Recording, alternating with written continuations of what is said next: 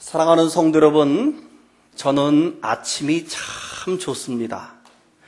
아침에 하루를 시작하면서 제 목회자 책상에 딱 앉아서 제일 먼저 성경을 펴고 또 책을 펴놓고 또 제가 좋아하는 커피 핸드드립을 쫙 내려서 한 잔을 마실 때 오른쪽 창문으로부터 아침 햇살이 쫙 비춰오면 한마디로 감동입니다. 참 저는 그 시간이 하루 종일 너무 좋습니다. 여러분, 누구에게나 아침은 그렇게 희망차고 기대가 있는 시간일 것입니다. 오늘은 어떤 사람을 만날까?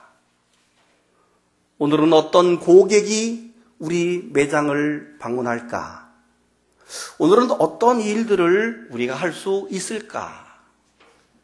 이런 기대가 있기 때문에 하루는 참 아침이 희망이 있습니다.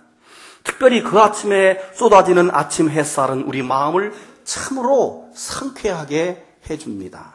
아마도 아침 햇살을 싫어하는 사람은 이 세상에 한 사람도 없을 것입니다.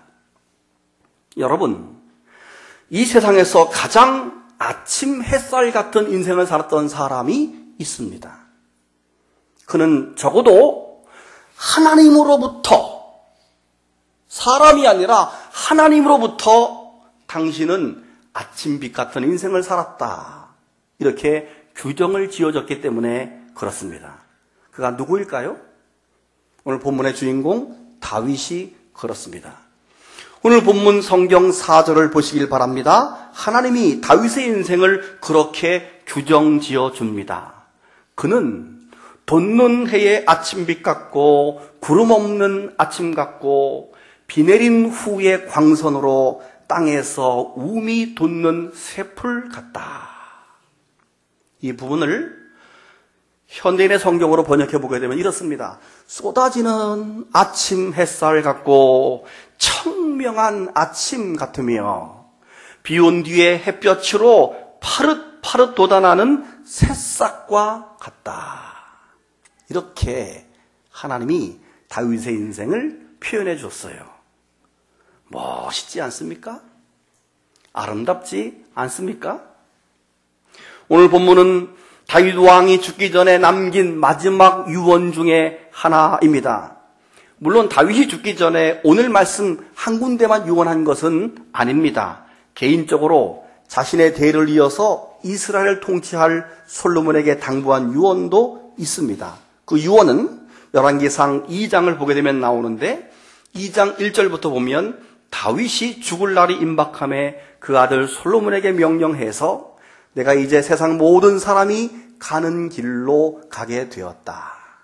너는 힘써 대장부가 되고 내 하나님 여호와의 명령을 지켜 그 길로 행하여 그 법률과 계명과 율례와 증거를 모세의 율법에 기록한 대로 지키라. 그리하면 내가 무엇을 하든지 어디로 가든지 형통할 것이다 라고 유언을 남겼습니다. 이러한 다윗의 유언들은 자신의 자녀들에게나 아니면 이스라엘 백성들 모두에게 한낱 부모의 잔소리가 아니라 자신의 신앙 고백이며 동시에 자신의 성공 비결을 하나님으로부터 증거하고 있는 것입니다. 오늘 본문의 말씀은 개인적으로 아들 솔로몬에게 남긴 유언이 아니라 이제 성령이 다윗에게 임하셔서 이번에는 이스라엘 백성들에게 마지막으로 남긴 유언이다, 이렇게 표현해 볼 수 있습니다. 그런데 그의 유언은 자기 자신의 말임과 동시에, 즉 다윗의 사람의 말임과 동시에 성령의 감동으로 인해서 하나님이 증거하신 말씀이기도 합니다. 여러분 성경 1절을 보세요. 1절, 이는 다윗의 마지막 말이라. 이새의 아들 다윗이 말했다. 그랬죠? 근데 2절을 보세요. 여호와의 영이 나를 통하여 말씀하시며 그의 말씀이 내 혀에 있도다. 3절을 보세요. 이스라엘의 하나님이 말씀하시며 이스라엘의 반석이 내게 말했다라고 표현하고 있습니다. 즉 2절과 3절에서는 다윗이 말을 하고 있지만 그 말은 성령의 감동으로 말미암아 하나님께서 말씀하시는 것이다. 이렇게 표현하고 있는 것입니다. 사랑하는 성도 여러분, 그렇다면 하나님은 왜 이 다윗의 인생을 아침빛 같은 인생이다라고 표현했을까 하는 것입니다. 궁금하지 않습니까? 또 동시에 하나님이 말씀하시는 아침빛 같은 인생은 그럼 어떤 인생일까 하는 것이 오늘 본문에 우리에게 주는 교훈입니다. 그 중에 첫 번째는 하나님이 세우시는 인생입니다. 따라합시다. 하나님이 세우시는 인생. 다윗 왕은 하나님이 세워주시는 인생을 살았던 사람입니다.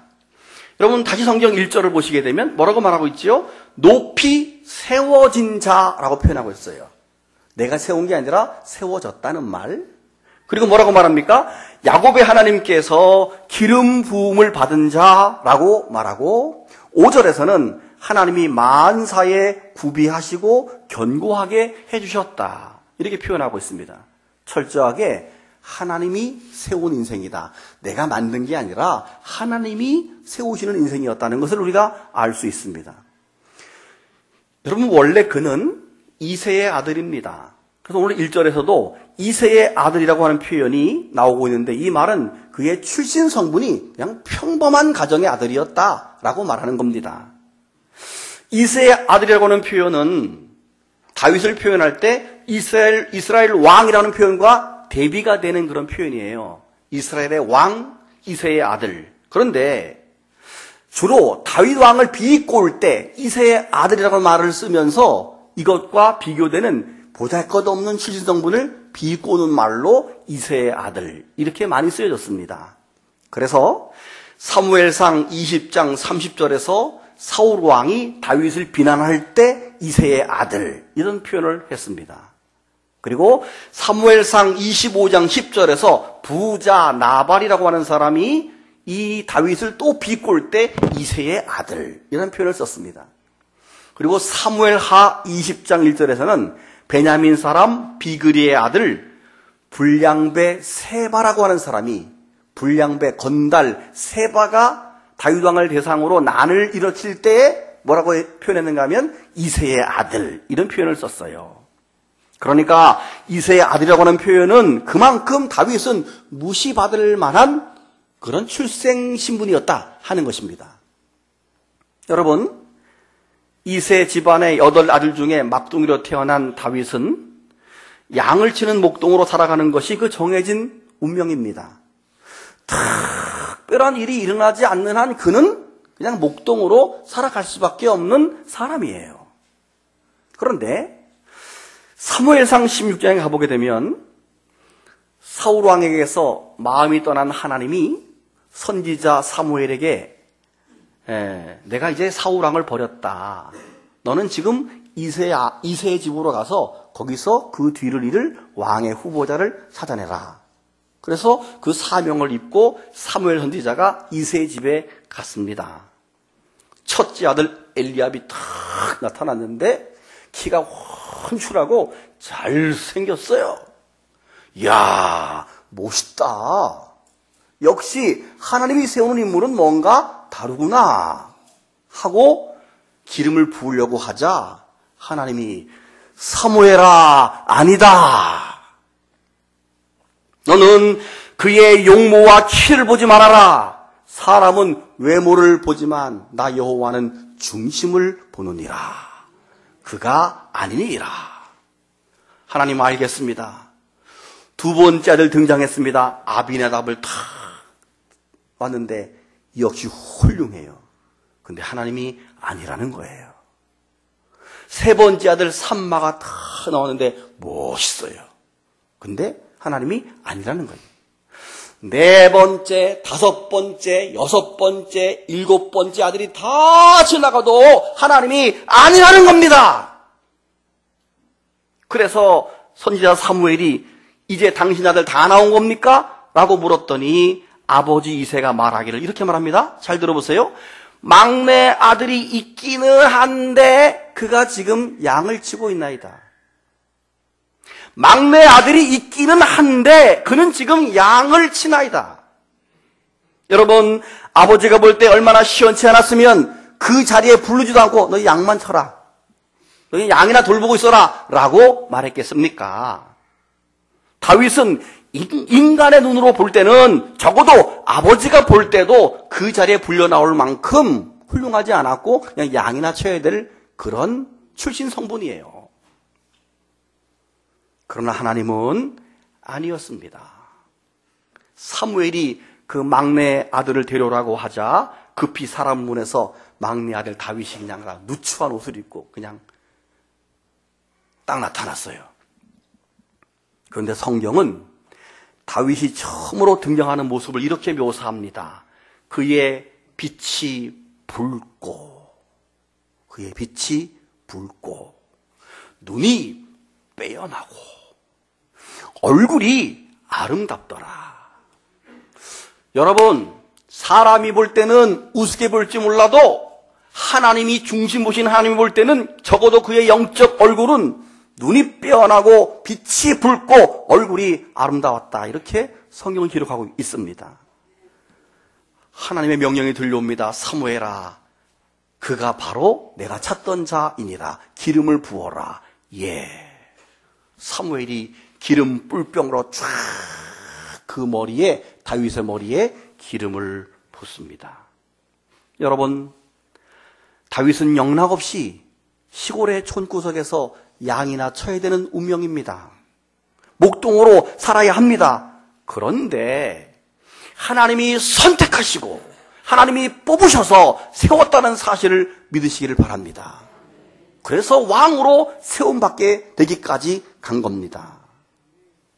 사랑하는 성도 여러분, 여기서 우리가 강력하게 하나님께 기도해야 될 제목이 있습니다.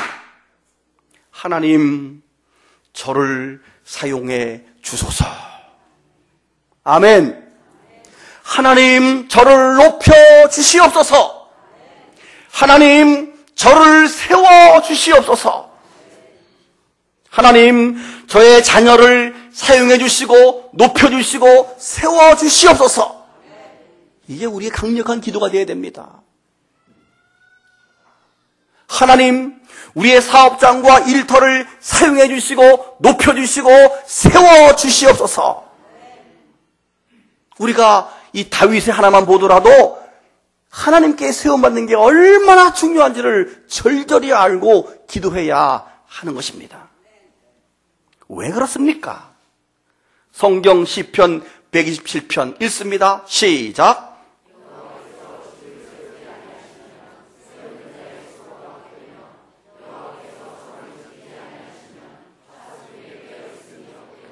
아멘. 여호와께서 집을 세우지 않으면 안 된다는 거예요. 하나님이 세워줘야 한다는 것입니다. 믿으시면 아멘. 그 다음 사무엘상 2장 6절 시작.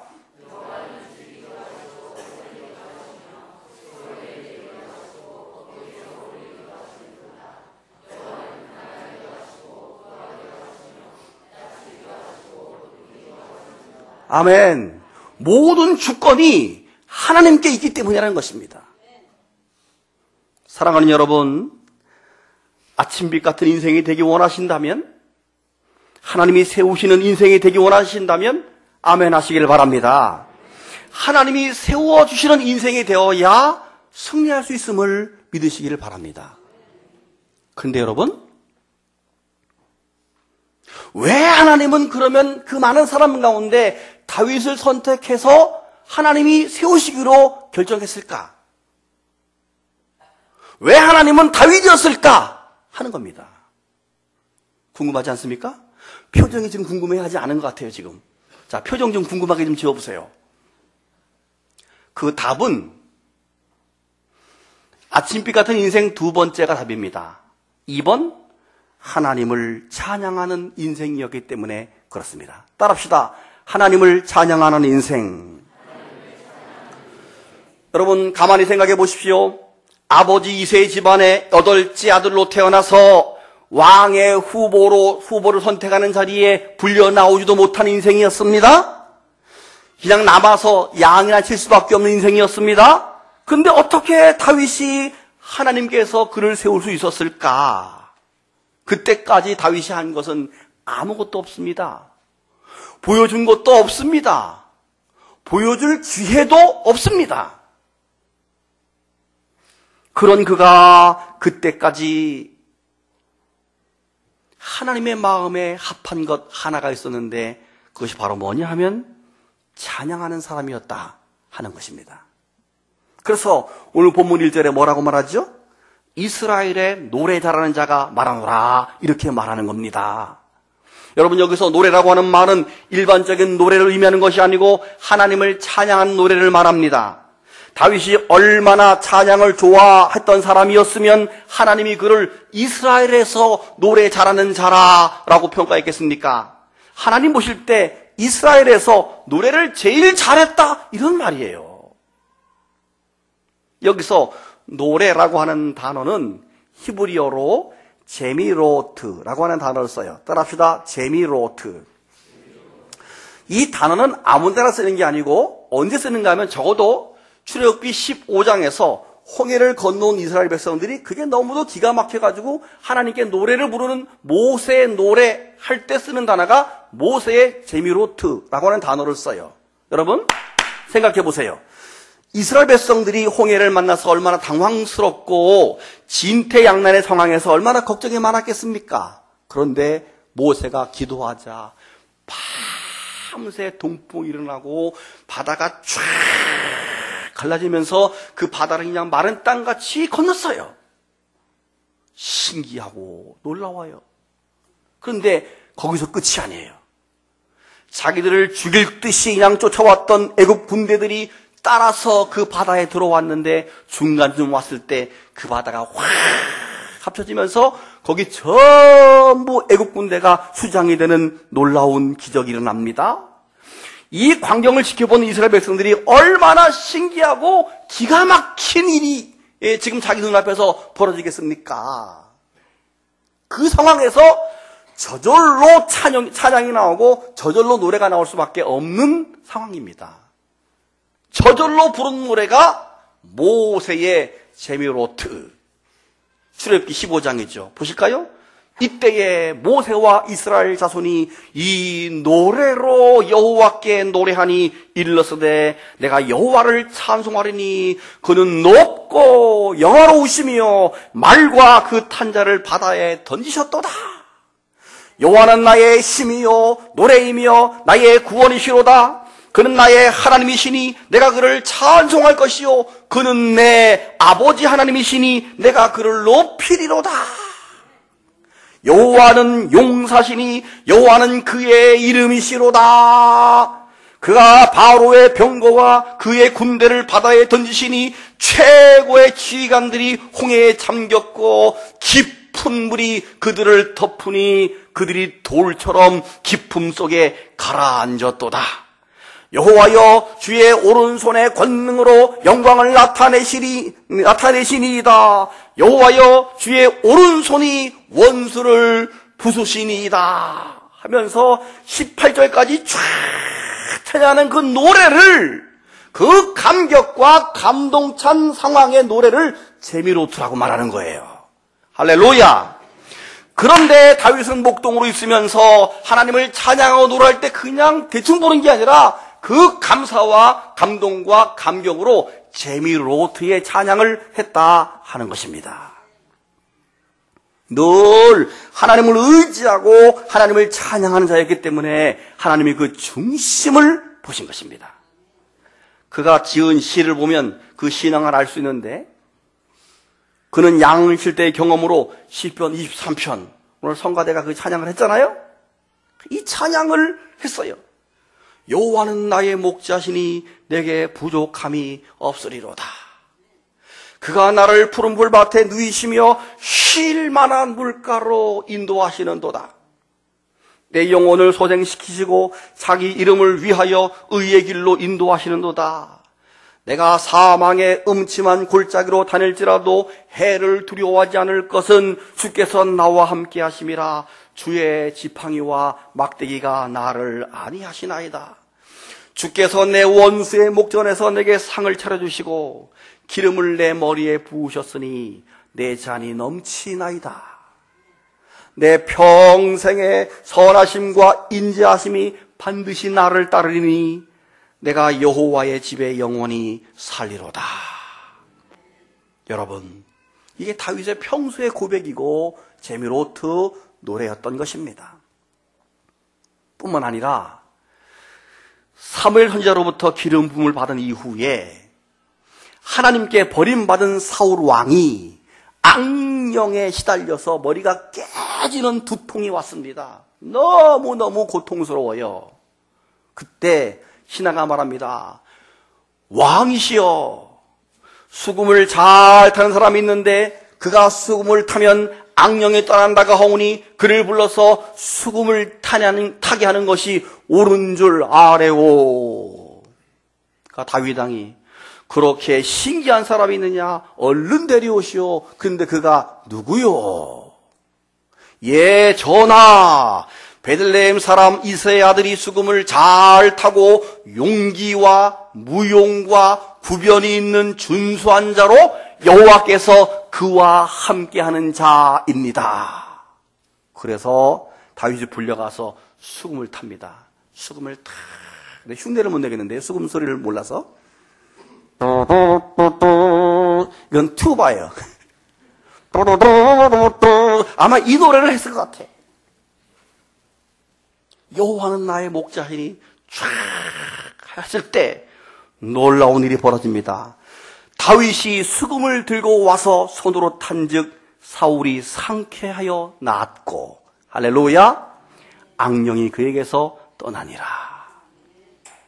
사랑하는 여러분, 하나님은 찬양과 영광을 받으시기 위해서 우리 인간을 창조했습니다. 그러므로 찬양과 영광은 우리 인생의 본분입니다. 그래서 시편 69편에 시편 기자가 이렇게 말했습니다. 읽습니다. 시작.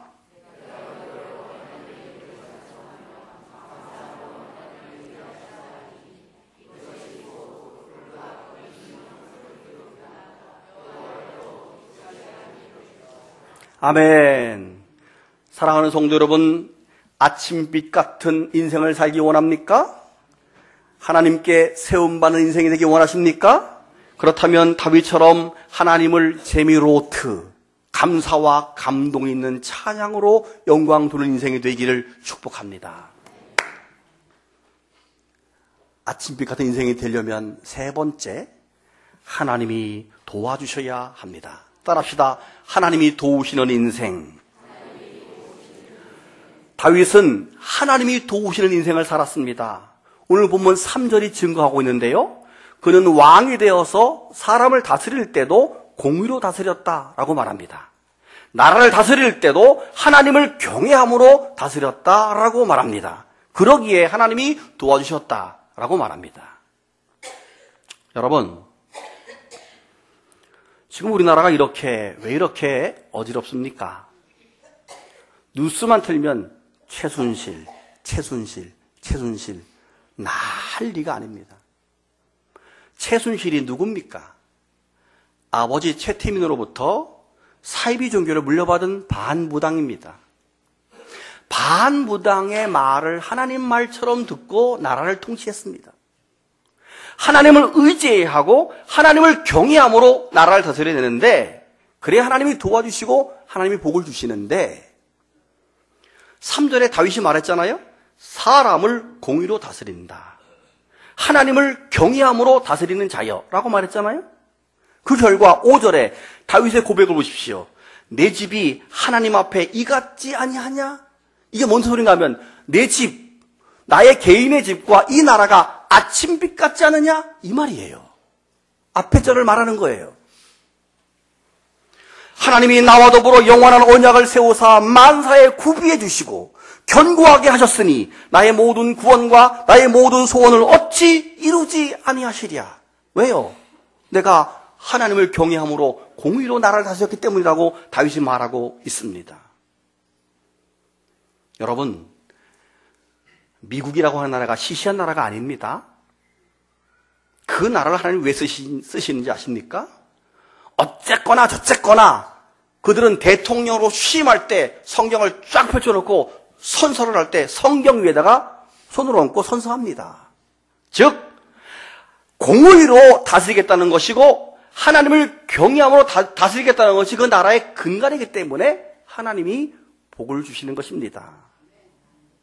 그런데 한 나라의 지도자가 사이비 종교에 사로잡혀가지고 그 사람의 말을 마치 하나님의 말처럼 맹종했다는 것은 하나님이 도와주시지 않고 한 나라가 샤머니즘에 눌려서 나라가 엉망이 되어버리고 만 것입니다. 하나님을 버린 자, 우상과 손잡은 자들을 본문에서 뭐라고 말하는가 하면 사악한 자라고 말해요. 성경을 다시 보세요. 6절. 그러나 사악한 자는 내어 던져버릴 가시나무와 같으니 아무도 맨손으로 잡을 수 없다. 그것을 잘라 불태우려고 해도 철제 도구를 사용해야 한다. 이게 굉장한 말인데요. 그렇게 우상을 숭배하고 하나님을 저버리면 가시나무 같은 인생이 된다는 거예요. 그래서 아무도 손잡아주지 않아요. 여러분, 지금 똑같지 않아요? 누가 지금 대통령 손잡으려고 그래요? 잡았던 거 다 놔요. 왜? 나도 찔릴까봐. 다 놔. 아무도 그 옆에서 다 침박 깨고 반박 깨고 다 떠나가요. 왜? 가시나무 같아서 그래요. 성경이 말하고 있잖아요. 충신이 없이 다 도망갑니다. 사랑하는 여러분, 그러나 다윗은 하나님을 사랑했습니다. 그래서 하나님이 구체적으로 어떻게 도와줬습니까? 목숨을 내어놓을 만한 충신들이 그 옆에 그득그득 합니다. 얼마나 충성스러웠는지 한 가지 예를 들어보면 다윗 군대와 블레셋 군대가 전쟁이 일어나서 싸우고 있는데 다윗의 지휘본부는 산성 높은 곳에 있고 이 블레셋 군대의 본부는 다윗의 고향인 베들레헴 근처에 진을 치고 있어요. 달이 흉청 밝은데 산 꼭대기 위에서 다윗이 이렇게 내다보니까 저기 내 고향 베들레헴에 그 이방 블레셋 군대가 막 있는데 옛날 생각이 나는 겁니다. 어릴 때 거기서 놀던 생각, 그리고 그 베들레헴 거기에 우물이 하나 있는데 그 물이 참 맛있었던 옛날 생각. 그래서 그가 그냥 쉽게 지나가는 말로 이렇게 말을 내뱉습니다. 베들레헴 성문 곁에 우물물이 있는데 누가 나로 그 물을 마시게 해줄까? 그냥 지나가는 말로 했어요.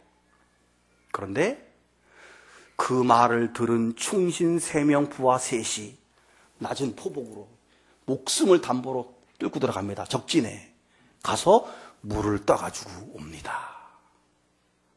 대단하지 않아요?